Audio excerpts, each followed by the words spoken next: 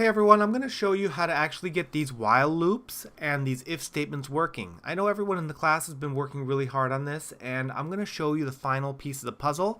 There are a few things some people are missing, and other people have gotten this working, but maybe in a different way. So let's take a look. I'm going to open up Windows to do this because unfortunately RobotC does not work on Mac OS X. Alright, so as you can see here, I already have the program loaded that I'm going to work with. Here it's a standard Clawbot configuration, so you don't have to worry about this, but you do need to configure it as per your robot. I'm going to actually run this program in a virtual world to see how it works. Let me see if I can open that virtual world. There we go.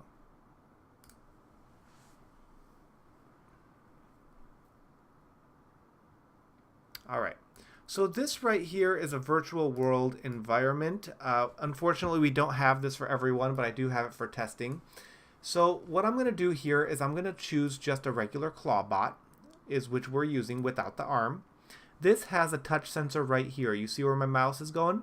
That's a touch sensor right there. And I have it configured to use it.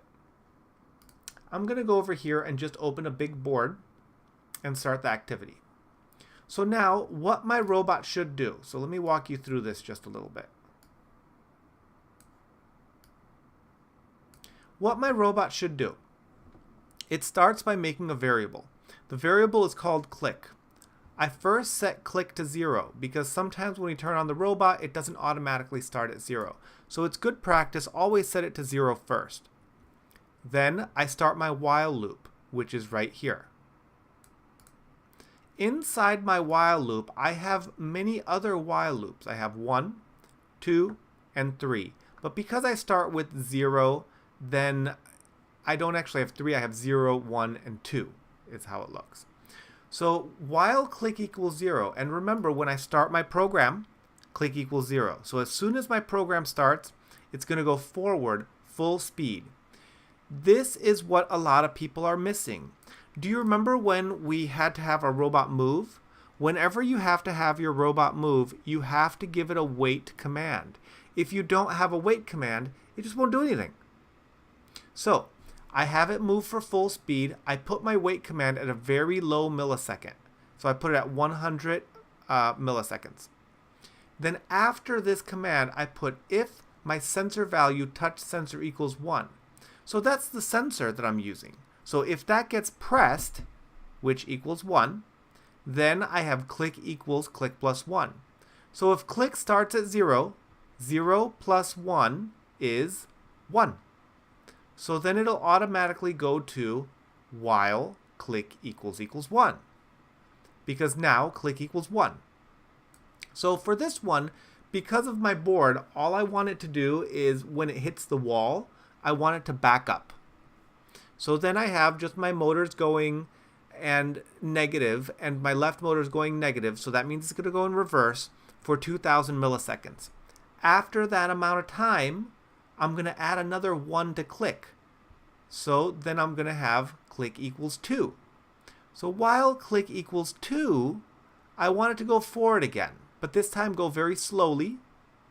And I'm going to put a wait command. And then if it equals 1, I'm going to go all the way back to click equals 1, which is here. So at this point, it's just going to go back, forward, back, forward. So let's see if it works. So I got it loaded up in my virtual world. Let me get a better view here maybe. Let me try to... Oh, I can't move it around with this mouse. But you'll be able to see what happens. So here we go. So remember, forward, full speed. So it's going, it's going to hit that wall. And when it hits the wall, it should start backing up. Backing up. And then go forward slowly. And backing up. And it'll just keep doing this as long as it keeps hitting the sensor. Eventually it won't hit the sensor anymore because you see how the weight of the thing is making it go to an angle. So as soon as it stops hitting that sensor, it's going to stop doing this, but we're not going to wait that long. So that's how you actually get it to go from one while loop to another. Remember, whenever we have our motors go, we gotta give it a wait command. Okay? So you try that. And also, remember, you gotta get your controllers to go. It's the same idea. You gotta give it full controller support when it's in a different kind of while loop. After you finish this, think about, can you do this all with an if statement? Give it a try. Good luck.